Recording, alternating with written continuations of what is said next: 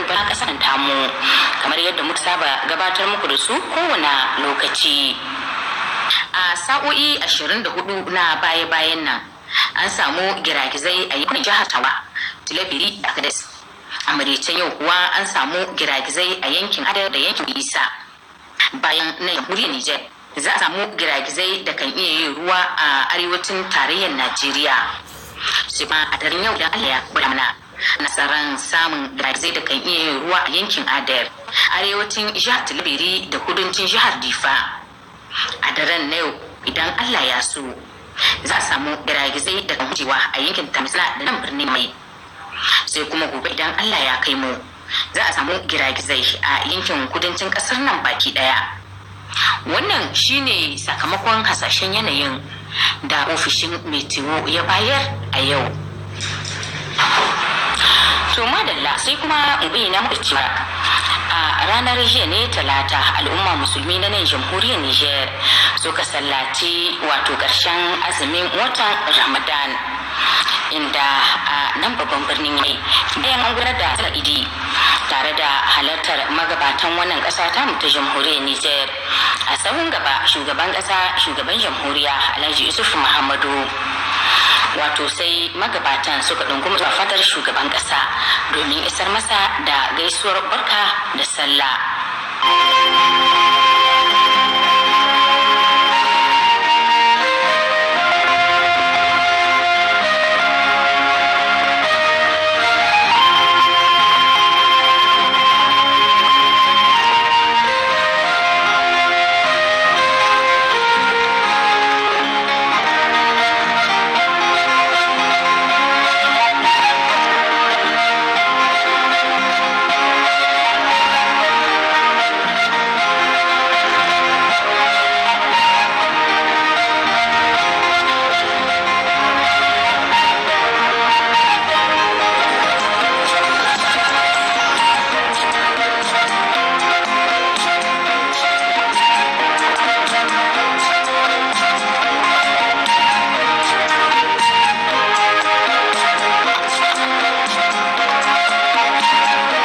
kamata ga wadda faɗi mu kawo goyon baya ga shugaban ƙasar mu gwamnati ne da duk da cikin ƙasar da muka shi ne yake an kace to da muke nan mu kama mu nan uwa ɗaya uba ɗaya tunda mu nan Niger ba san wani tashi hankali ba, mu da Niger ba san wani kabilanci ba, amma babu wanda zai gyara ƙasar mu ta Niger in ba mu da kanmu ba. Kenan yana fatan Allah madaukin sarki da kai mun ga lokaci zamanto muna mutanen jihar barka da sallah, zamanto mu samu damana mai dimbin albarka, kuma manoman da aiki a taimaka musu, gwamnati ta taimaka musu da takin zamani da iri da duk abin da kamata yi saboda damana ta bana ta yi ta bara. Mun zo kuma shugaban kasa barka da sallah, kuma Allah godiya da ya gwada mu ranar yau, kuma baicin shi sai mu kama mu yi fatan neman zaman lafiya cikin ƙasa. Bayan shi kuma muna fatan Allah ya ba mu damana mai albarka, ya kamo mu lafiya cikin ƙasa, ya kamo mu duk alherin da ya kamata ɗan adam ya shiga cikin shi. To muna ma al'ummar Nijar duka barka da sallah, Allah ya maimaita mu. Madan Isa Maryama Iro, muna warin ciki yau da Allah ya kama wannan rana ta warin ciki ta sallah azumi. Allah maimaita mu ta baɗi ga mu a presidency mun zo wajen barka da sallah wajen president de la republique. Ubangiji Allah maimaita mu ta baɗi, Allah ba mu kwanci hankali cikin ƙasar mu, sojojin mu Allah kare su yanda muka ga ta bana haka, Allah gwada mu ta baɗi haka. To madalla sai kuma mu bayyana muku da cewar a jiya ne ministan tsaron ƙasa Kallamu Tari ya kammala wata ziyarar aiki ta kwanaki biyu da ya kai a yankin arewacin jihar Tilabiri. Minista Kallamu Tari tare da tawagar da ke rufa masa baya sun je ne domin karfafa ma sojojin da ke gwagwarmaya da 'yan ta'adda a yankin na jihar Tilabiri. Baro Arzika na ɗauke da ƙarin bayani. Sojojin Nijar da ke jirgi a yankin arewacin jihar Tilaberi kenan ga alama ba su da wani fargaba ko sarau a zuciyarsu duk da asarar wasu abokansu da suka yi a cikin kwanton baunar da abokan gaba suka yi musu a ranar 14 ga watan Mayun da ya gabata a Tongo-Tongo kusan iyaka da ƙasar Mali. kwanaki biyu ministan tsaron ƙasa Kallamun Tari yana ran gadi a yankin inda ya fiye da kilomita 500 tare da babban hafsoshin rundunonin sojan ƙasar nan Janar Ahmed Muhammad. Mataki na farko, ministan tsaron kasar ya ziyarci sansanin sojan Shinagodar da ke da tazarar kilomita 18 kawai da iyakan Nijar da Mali. A nan ya samu tarbe daga hukumomi na gwamnati da na gargajiya na yankin da kuma gaisuwar ban girma daga sojojin sansanin. A cikin jawabin da ya yi ma sojojin sansanin da ke ƙarƙashin jagorancin Kapitan Yakuba Musa, Minista Kallamun Tari ya isar musu da ta'aziyyar shugaban jamhuriya shugaban ƙasa Isufu Muhammadu saboda rashin abokansu da suka yi a kwanakin baya. Sannan ya shaida musu cewa shugaban ƙasan na yaba musu saboda jan ƙoƙarin da suke yi ba dare ba rana don kare ƙasa daga abokan gaba tsawon shekaru da dama. Ministan tsaron ƙasan ya ba da umarni ga sojojin yana cewa ran hukumomi da al'ummar Nijar ya ɓaci matuƙa game da asarar rayukan da kuke samu, saboda haka ku yi duk yadda za ku yi domin ku gama da 'yan ta'addan nan da ke shama ƙasar Nijar kai. Ministan ya ce na gaya muku haka ne saboda na san kuna iyawa. Daga nasa ɓangare babban hafsoshin rundunonin sojan ƙasar nan Janar Ahmed Muhammad ya gargaɗi sojojin su kasance cikin shirin kota kwana domin kai farmaki a kowane lokaci ƙarƙashin jagorancin kwamandan rundunar kundun bala da aka yi ma lakabi da Operation Dongo wadda ke aiki a yankin arewacin jihar ta Tilaberi tsawon shekaru da dama.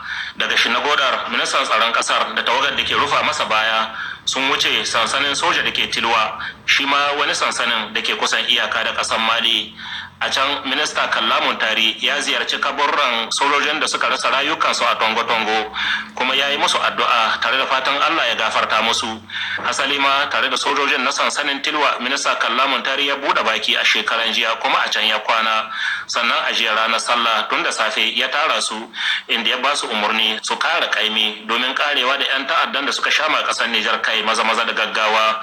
Daga bisani ministan tsaron ƙasan Kallamun Tari ya yi sallar Idi a can Tilwa, inda a ƙarshe aka yi addu'ar roƙon Allah ya gafarta ma sojojin da suka rasa rayukansu, waɗanda kuma suka samu raunuka Allah ya koro musu sauki. Haka zalika an yi addu'ar roƙon Allah ya ba sojojin ƙasar Nijar sa'a domin su yi nasara a cikin gwagwarmayar da suke yi da 'yan ta'adda. Su kuma jama'a talakawa, minista Kallamun Tari ya yi kira gare su ba jami'an tsaro haɗin kai da goyon baya domin su samu su yi nasarar karewa da ta'addanci a cikin ƙasar nan. Sai kuma mu bayyana muku da cewa babban daraktan kamfanin sadarwa na Telecom shine ya gudanar da waɗansu ziyarce-ziyarce a yau da safe a wuraren da ake sa ran karɓar zaman taro na wato haɗaɗɗiyar ƙungiyar ƙasashen Afirka wacce ƙasar Nijar za ta karɓa a watan Juye mai kamawa idan Allah ya kai mu. Babban daraktan ya je ne domin gani mai idanunsa yadda ake saka wato wayoyi daban-daban waɗanda za su ba da damar wato gudanar da ayyukan sadarwa a waɗannan wurare daban-daban. Mataki na farko shine wuraren da ake gine-gine da zai karbi wannan babban zaman taro wato na ƙungiyar ƙasashen Afirka. Matakinsa na biyu kuma shine rumfin hospital kana da Palais de Congrès wanda zai karbi wato tarurruka daban-daban, kana da Hotel Radisson wanda za ta karbi wato shugabannin kasashe da gwamnatoci, kana da hilin jirgin sama na Gyori Hammani da ke a nan babban birnin Yamai, sannan da babbar cibiya wato complex bay na Niger Telecom da ke kusa da Komsariya Central. A ƙarshen wannan ziyara ta sa abokan aikinmu sun nemi jin ta bakin wato babban daraktan na kamfanin Telecom wanda kuma ya yi bayani kamar haka. Niger Telecom kamfani ne na ƙasa wanda ya kamata a ce irin wannan taro in za a yi shi an tabbatar da cewa fuskar Niger ta hito yadda ya kamata. To lokacin da aka fara wannan mitin mun yi kokari mun gabatar da program namu wanda za mu yi don wannan taro ya hito da kyau a fuska abin da ya shahi telecommunication. Muka shirya program muka kwatanta ma agence wannan ta UA 2019 ga abubuwan da zamu. To yau mun hito ne mu diba duka ko'ina a wurare sashe-sashe na inda ya kamata a yi wannan taro ko inda ya kamata a sauke baki. Muka hito mu gani mun shirya to yau amsa da za mu ba 'yan ƙasa shine alhamdulillah Niger Telecom ta shirya duk abubuwan da ya kamata mu yi, wayoyi da abubuwan da ya kamata mu sa ga waɗannan wurare alhamdulillah mun je mun gani da abubuwan da ya kamata a yi amfani da su bisa wannan tahiya Niger Telecom a shirye take. To shine kuma muka zo nan central namu inda ke da na'urori gaba daya na wannan kamfani namu mu diba mu gani da ne ya kamata waɗanda muka alƙawari za mu kawowa, ashe an kawo su. Muka zo muka gani alhamdulillahi an kawo duka waɗannan na'urori kuma an kafa su kuma sun ɗoka yadda ya kamata. Sauran na'urorin da muka sa waɗansu don mu ƙara ƙarfafa abin da dama muke da ni, waɗansu kuma akwai abubuwa waɗanda ba mu da, kamar na bisa abin security ko bisa kan abin yadda za mu sarrafa wannan internet ta bada mai kyau mai inganci. Mun ga don an haɗa su, ina ganin sai mu ce alhamdulillahi yau Niger Telecom shirye take wannan taro, kuma an zo a fara shi gobe mu mun shirya. Kuma in Allah rara alhamis akwai babban taro wanda za a yi da mu da wannan agency ta UA 2019 committee nata na abin sadarwa. Za mu gabatar da abubuwan alƙawulukan da muka yi. Lalle Niger Telecom ta shirya, mun cika waɗannan alƙawuluka, muna jira kawai mu tattauna da sauran masu otal da sauran masu wasu wurare mu samu mu yi da contract da ya kamata mu yi don saboda mu ba su wannan service wanda ya kamata. To madalla, sai kuma in bayyana muku da cewar a yau Laraba 1 ga sallar azumin watan Ramadan, wasu daga cikin 'yan Nijar a nan birnin Yamai sun fito domin tsabtace wuraren da suke gudanar da sana'o'insu, a yayin da wasu wurare da kuma unguwanni ke cike da datti.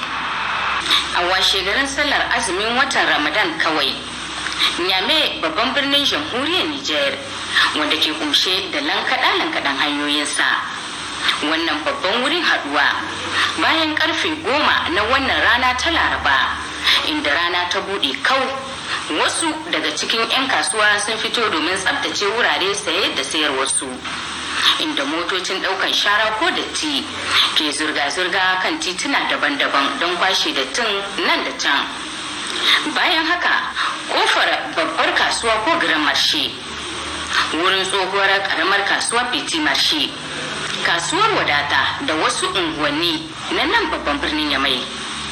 Nan ku duba, hotuna na magana da kansu.